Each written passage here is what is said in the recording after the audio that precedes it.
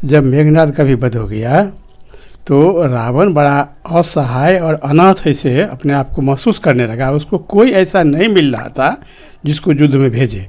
तब मकराक्ष पर उसका ध्यान गया और मकराक्ष को उन्होंने युद्ध के लिए भेजा। और मकराक्ष भी एक वीर था। तो मकराक्ष का युद्ध देखने के लिए वीडियो के अंत तक बने रहें। रावण ने क्रोध और शोक दोनों से व्याकुल हो विशाल नेत्रों वाले खरपुत्र मकराक्ष से कहा, बेटा मेरी आज्ञा से विशाल सेना के साथ जाओ और बंदरों सहित उन दोनों भाई राम या तथा लक्ष्मण को मार डालो। मकराक्ष जनस्थान में रहने वाले खर का लड़का था और वह भी वीर था। उसके पास भी कुछ कुछ दिव्यास्त्र सब था। वह अपने आप को बड़ा ही परम शक्तिशाली समझता था। अपने को सूरवीर मानने वाले खरपुत्र मकराक्ष ने हर्षपूर्वक कहा, बहुत अच्छा, हम जाएंगे युद्ध करने के लिए। मुझे महामना राक्षस राज रावण ने समरभूमि में राम और लक्ष्मण दोनों भाइयों को मारने की आज्ञा दी है। आज मैं राम लक्ष्मण वानरराज सुग्रीव तथा दूसरे वानरों का अपने बाणों द्वारा वध करूंगा। ये सब कह करके मकराक्ष बड़ा खुशी से युद्ध के लिए तैयार हुआ। इधर बंदर और भालू का सेना भी एकदम डटा हुआ था, खोज रहा था कि कोई लंका से निकले युद्ध करने के लिए, कि लड़ाई हो। कोई निकल नहीं रहा था। तो उस सब को आते हुए देख, मकराक्ष के नेतृत्व में लंका के सेना को आते हुए देख बंदर भालू का सेना बहुत ही ज़्यादा प्रसन्न हुआ कि चलो अब तो युद्ध तो फिर पुनः होगा। प्रधान बंदरों ने जब देखा कि मकराक्ष नगर से निकल आ रहा है, तब वे सब के सब सहसा उछल कर युद्ध के लिए बड़ी उत्सुकता से आगे बढ़े। उसका मकराक्ष जब निकला तो उन्होंने बड़ा उस सबको डांट करके कहा कि तुम लोग ठहरो, हम तुम लोगों से युद्ध करने नहीं आए हैं, हम सिर्फ राम से युद्ध करने के लिए आए हैं। हमको राम का मस्तक काट करके ले जाना है, हम यही संकल्प लेकर के आए हैं। तुम लोगों से मैं युद्ध नहीं करूँगा। तो वही बाती वो सबसे चल रहा था। बीच में लक्ष्मण जी आए तो लक्ष्मण जी कहे कि जो तुम जो चाह रहे हो कि राम का बड़ा आसानी से दर्शन हो जाए, पहले तो हम लोगों से मुलाकात कर लो, उसके बाद तो राम का दर्शन होगा। कोई भी चाहेगा तो प्रभु श्री राम का दर्शन अनायास नहीं कर सकता है। पहले हम लोगों से युद्ध कर लो, उसके बाद राम से तुम्हारा भेंट होगा।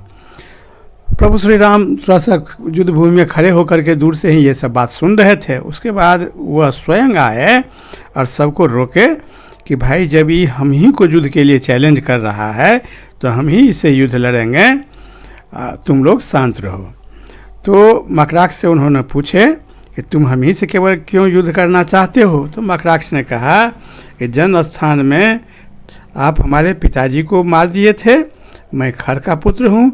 हमारी माता ने उसी दिन संकल्प ली थी कि जिसके बाण से हमारे पति का सर कटा है, उसके कटा हुआ सर में मस्तक में पानी लेकर के उसी से हम अपने पति का तिलांजलि दूंगा।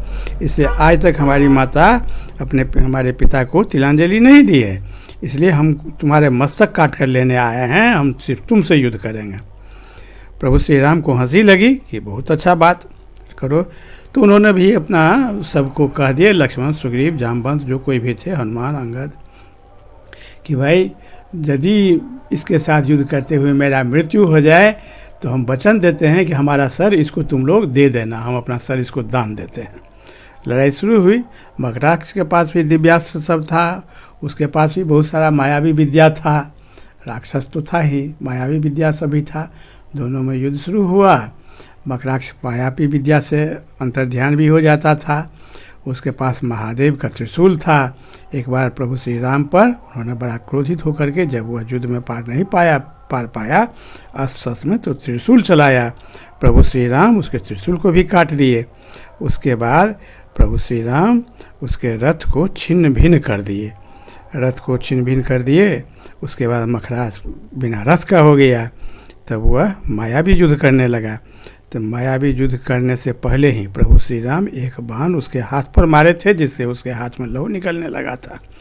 उसके बाद वह माया पर उतर आया। वो आकाश में हजारों मकराक्ष हो गया और सबों के हाथ में अस्त्र शस्त्र एक ही बार संधान करता था, एक ही तरह से तलवार चलाता था। प्रभु श्री राम सबको काटते जाते थे। उसके बाद अंतर्यामी और मायापति श्री राम उन्होंने समझ गए कि ये हजारों मकराक्ष में असली मकराक्ष कौन है। उसका पहचान था ये असली और नकली, अगर कोई अपना रूप बहुत सारा बना ले तो उसमें असली और नकली का एक पहचान है कि असली जो रहेगा उसके घाव से खून बहेगा, बाकी जो नकली रहेगा उसके घाव से खून नहीं बहेगा। और असली जो रहेगा उसका आँख का पलक गिरता रहेगा, जो नकली रहेगा उसका आँख का पलक नहीं गिरेगा। ये बात विभीषण जी भी जा कर के प्रभु श्री राम को बतलाए कि यही असली और नकली का पहचान है, आप असली मकराक्ष को वध कर दीजिए। तब प्रभु श्री राम ने असली मकराक्ष को ध्यान दे करके, जिसके बाँह से खून गिर रहा था, बाकी को खून नहीं गिर रहा था, एक ही बाण में उसका सर धड़ से अलग कर दिए, मकराक्ष मर गया। तो प्रभु श्री राम ने भी उसका बहुत प्रशंसा की कि अपने माता के अन्न के लिए बेचारा अपना सर का परवाह किए बिना युद्ध भूमि में कूद आया है, यह भी धन्यवाद देने के पात्र है। उसके बाद मकराक्ष का वध हो गया।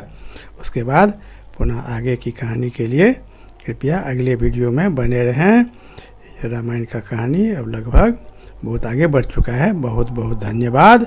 जय श्री राम।